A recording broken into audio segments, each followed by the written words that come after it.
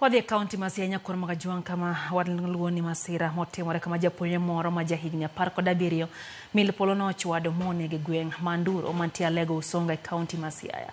Emmanuel Otieno ma en japuonjre mar skul sekondar ma Mbira Boys milipolo nyonego dhiambo manyoro kanyori koriemba apiko yangore ni oting'o nyithindgi mamoko e apiko no e sach masirano. Jalup ruoth manyandiwa sublocation Joseph Otieno olalo ni nyithindgi go to ne otony e masira makamano.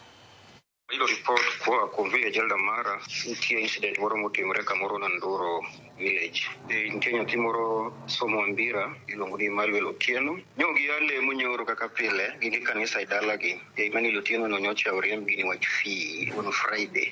So nyoro ka giale munyogi budhe dala ka kwargi kanyo nyaka wuongi nyaka wadgi babagi. Wadgi babagi tapen nodaga Yosia ya town. Koro nyoro request wuon nyathi monindo nono koune nyithindo moki town. Koro sama nyodhi otrwakre oneno wuodi manyo pologo yoni to koni no koune nyithindo koro koni recho koni baba ko adwogo piyo ko embio kawo nyithindo go e pikipiki mondo drop gi town baso duogo koringo en gimoro 400 meters ko idala gi mondo donje lam pologo gi kanyo magi podho kuma maber nyithindo manyo ting'o go nyadek nyoko hinyre to en manyo podho bedo unconscious oro wasamaria me manyo ting'e botere hospital upon reaching hospital to bedo pronounced dead. Body nyokero mortuary, one of the mortuary is a town car, but the matter gi report ka police of the same matter gi report ka police. Enja from 3 Mbira.